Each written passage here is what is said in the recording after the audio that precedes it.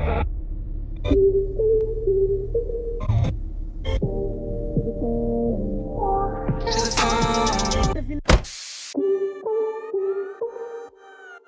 it do, YouTube? It's your boy Lo, back with another anime show and reaction.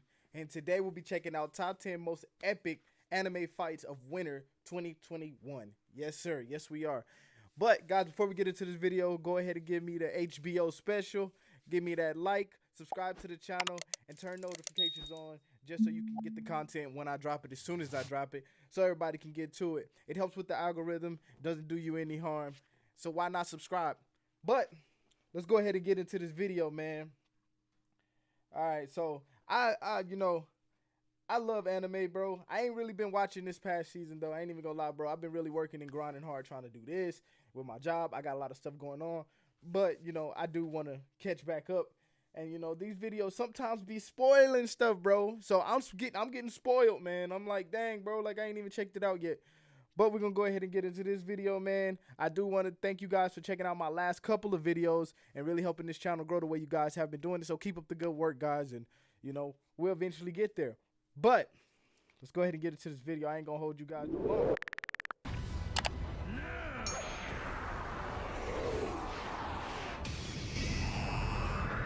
There better be some crazy stuff on this list. As we move towards the end of yet another jam-packed season, we all know what's coming. You guys like fights, and it's in my best interest to give you what you want. So here we go, top fights of the winter anime season. As expected, for such a jam-packed season, this winter 2021 has a whole gallery of amazing fights that would satisfy all your cravings and more. Before we get going, I'd like you guys to subscribe to this channel. It does help me a lot, and I'll be so happy to reach the next major milestone for the channel and this community. So let's do it together, everyone. I don't want to keep you waiting any longer, so let's get going with our top fights this winter 2021. Okay. We start with a shorty, Team Dead End versus Red Hood Cobra.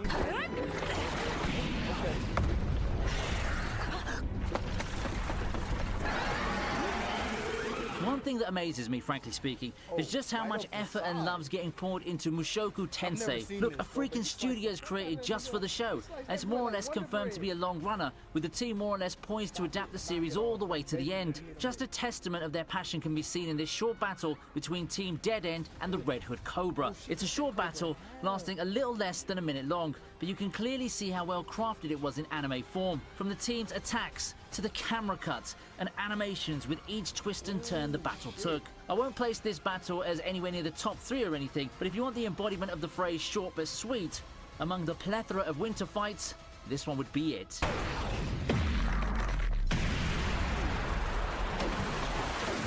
know he's a little big asshole in this man. Look at that. Y'all looking for him like, I see you.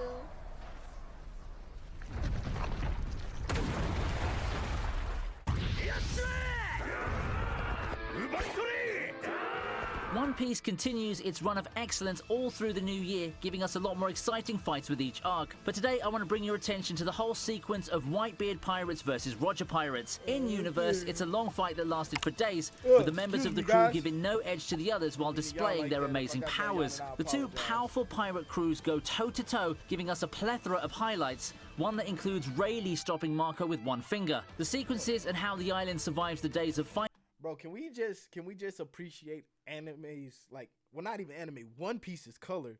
Like, they so vivid and bright, bro. Like, One Piece got some crazy color art. To make this quite the mind-blowing fight when you think about it, and it's this kind of insanity that makes One Piece such an eye-catcher. Quite the epic moment that ends up turning into a gift exchange event out of all things. Yeah, it didn't seem like they're out for blood with how much banter and friendly the fight seemed, but it's the complete opposite when you think about it. Look at that.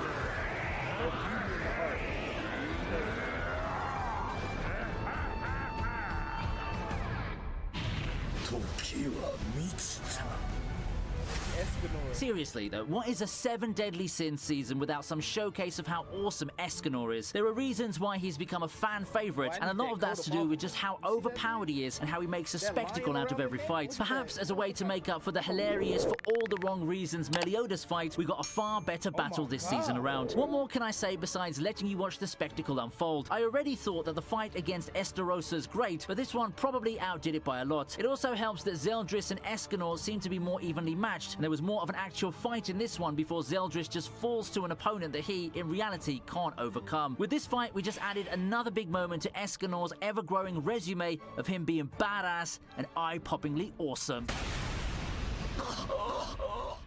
Next up... Matter of fact, y'all might as well give me a like. Let's be real. Is Escanor, if you agree with me, is Escanor the most OP character in anime history? Because to me, I feel like he is. And maybe I'm wrong, but if you guys feel that way, go ahead and leave me a like and say, yeah, man, comment below. Escanor is raw. Escanor is the truth. We have a fight from Season 2 of Slime, Rimuru versus Hinata. Okay, I've seen this one. Yeah, watch out. Ding, ding, ding, ding, ding, ding, ding. Watch out. Duck. Bro be on the offensive. Bro, some cold with me. Watch out. Ding, ding, ding, ding, ding, ding, ding, ding. Cold with this. We've always known Rimuru to be one broken character, so first impressions would make anyone assume that he'll be the kind to just power through everything. You'd think that it would be hard to get a nice, entertaining fight out of him, but as Escanor proved earlier, such a thing is possible. Case in point, the battle against Hinata that starts in episode 6, where the fight starts off fast and furious, and Rimuru finds himself being overwhelmed by Hinata's speed and technique. Even Rimuru's counterattacks seem futile, as it seems that the opponent is always one step ahead of him. Overall, I like this fight because it gave us a little bit of everything. A display of powers, check. Some nice management when it comes to having this fight spread throughout multiple episodes, check. An overpowered protagonist like Rimuru showing some weakness and having to resort to trickery instead of just powering through challenges, check. One of the better slime fights overall. The great animation is just the icing on top.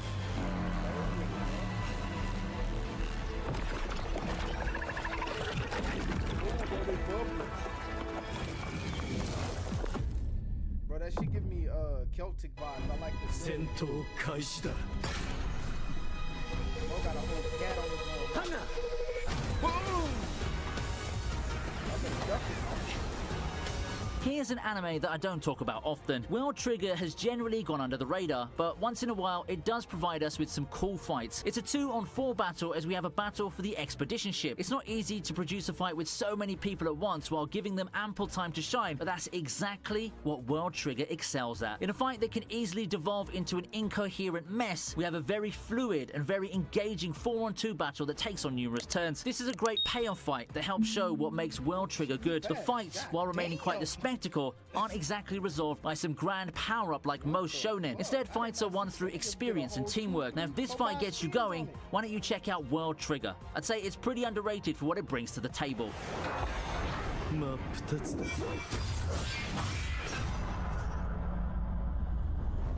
Bro, she cut. Ain't that her teammate? Ain't that her teammate? She cut the bro in half. She said, "I'm getting both for y'all." Are you serious? Now, if you can't get enough of sci-fi action, how about checking out what today's sponsors, Figurama Collectors, have for you? Introducing the all-new Elite Solo. What I like about the final stretch of ReZero's second season is that there are multiple climaxes happening concurrently. You have Amelia's trial, Subaru dealing with evacuating people from the mansion, the battle in the mansion, and the 2-on-1 battle against Roswell. Among those climaxes, probably the best fight amongst them is Garfield versus Elsa. It's brutal of a true fight as you'd get this season. Most of the violence has been in the form of one-sided destruction, but Garfield's battle with Elsa gives us a good back and forth with probably two of the toughest non-magical fighters the series has had so far. It also gives us some good development for Elsa and a lot of nice moments between the two Beastkin siblings as the battle rages on. This is the most action-packed segment of the whole final sequence, and I loved every single bit of it.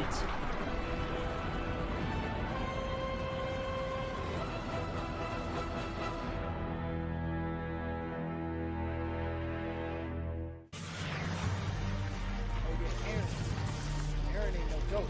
Aaron hit there in the face. Watch. Aaron hit the bye. Fuck, sit your whole ass down. How about this? To say that Attack on Titan's final season had taken the anime world by storm is a gross. Can we just, Aaron, bro? Aaron a thug, nigga. Aaron, this is a female. I want y'all to know, man. This is a female, Aaron.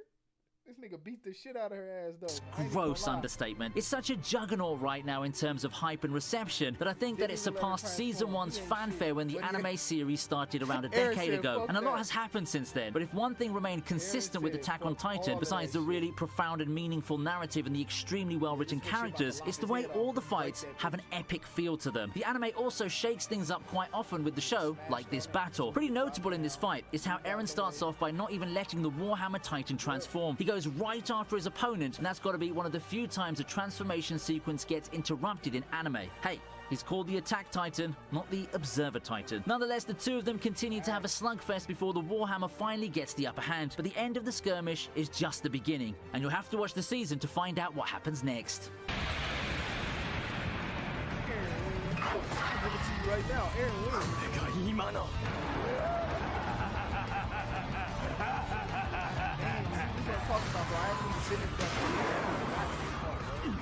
Next up on the list is Asta and Yami versus Dante. It's been a long journey, but the Black Clover anime is about to come to an end. That means that the anime has all the reasons to pull out all the stops in the final push, and that also means all the more reason to have more Yami being badass, and we just had a dose of that in a recent episode. Technically speaking, the fight is Asta and Yami versus Dante, but we mostly just see Asta's futile struggles while Dante eventually beats him black and blue. Then comes Yami and the real main event begins, with the seemingly unstoppable Dante finally meeting his match. It's quite the drawn-out fight that lasts for a while, but if this would be Yami's last hurrah, this is an exciting way to go out. He does win the fight, but with the anime ending soon, I think it's about time to give the young ones their shine right after their captain puts up one of the best performances among the many highlights the show's given us. Oh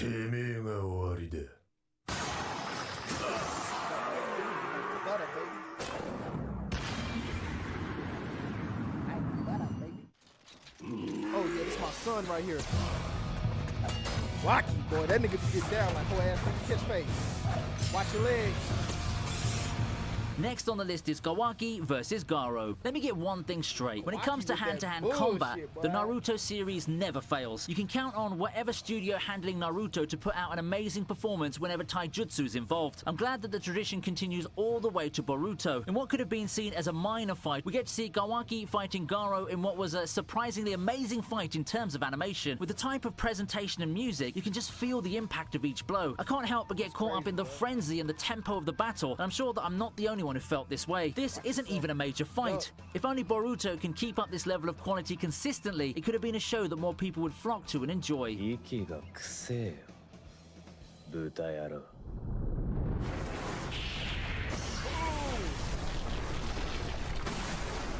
That nigga to the underworld. Finding its way to the top is the Jujutsu Sorcerer's fight against... Alright, man. Y'all, I haven't seen this, man. I haven't read the manga. I haven't nothing, bro. So I haven't seen nothing of Jujutsu Kaisen, man, and it's kind of bugging me out because I swear the last freaking 40 videos that I've done on my channel, Jujutsu Kaisen has either been 1, 2, 3, maybe even 4. But it's crazy, like. I'm just gonna have to pay for it, bro. I'm gonna have to pay for freaking Funimation or something, bro. It's Hanami. Check it out. They look like they be getting down. Look at that animation, though. Look at that. Still running on their ass. Jujutsu Kaisen had another banger of a battle recently, this time featuring everyone's favorite mentor and reverse Kakashi once more, as well as Yuji and Todo. In a similar vein to the Black Clover fight a while ago, this is a battle that starts off with Yuji and Todo trying to hold the line. It's not like they're passive about it or anything, but after overpowering Maki and Megumi, it's pretty obvious that Hanami is an enemy out of their league. Still, there's a pretty good fight between the sorcerers and Hanami before big backup arrives, and we have Gojo being awesome again. This time, it's his hollow purple nearly destroying Hanami outright before the latter escapes. Epic animation by none other than Mappa and some great work by the voice actors elevate this fight more than what I read in the manga. Great anime fights elevate a manga fight more than its original form, and this is a good example of that happening.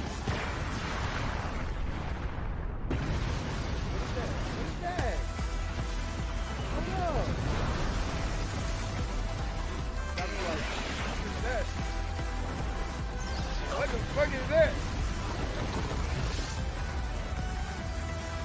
That's quite a list now, isn't it? Alright, guys. Damn. That list was jam-packed, bro. My son was in there. Kawaki getting it. Bing, bing, bing. Hitting him with that bitch. But, guys, if you guys did like this video, Go ahead and give me a like and a subscribe. And if you made it this far, just know that the giveaway is coming soon, bro. So thank you guys for checking out this video. I want you guys to know I appreciate all the love and support you guys give me. Without further ado, Lo is out. Peace.